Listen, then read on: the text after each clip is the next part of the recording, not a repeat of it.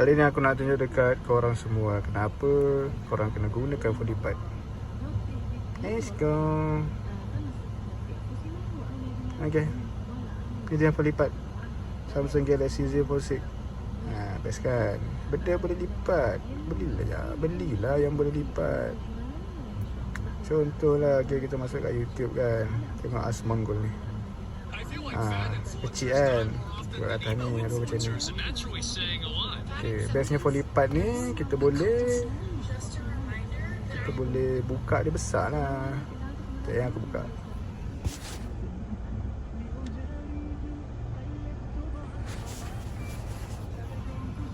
Ni dia.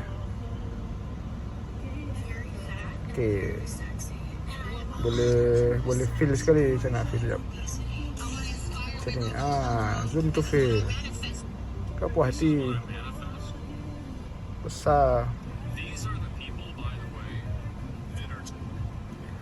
Lagi satu, bestnya phone lipat ni, dia punya kamera function lah.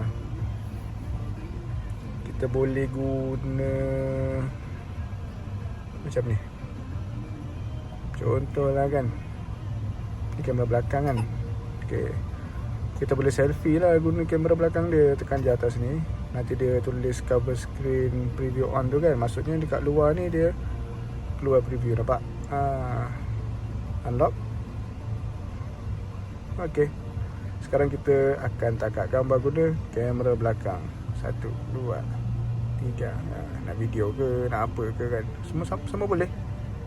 Jadi kita akan dapat gambar yang lagi high quality, lagi sharp, lagi cantik lah. Pakai kamera utama kan. Itulah sebabnya kenapa korang kena gunakan phone lipat. Mantap kan? Jom ramai-ramai kita pakai phone lipat. Bosan lah phone slap. Ciao lu.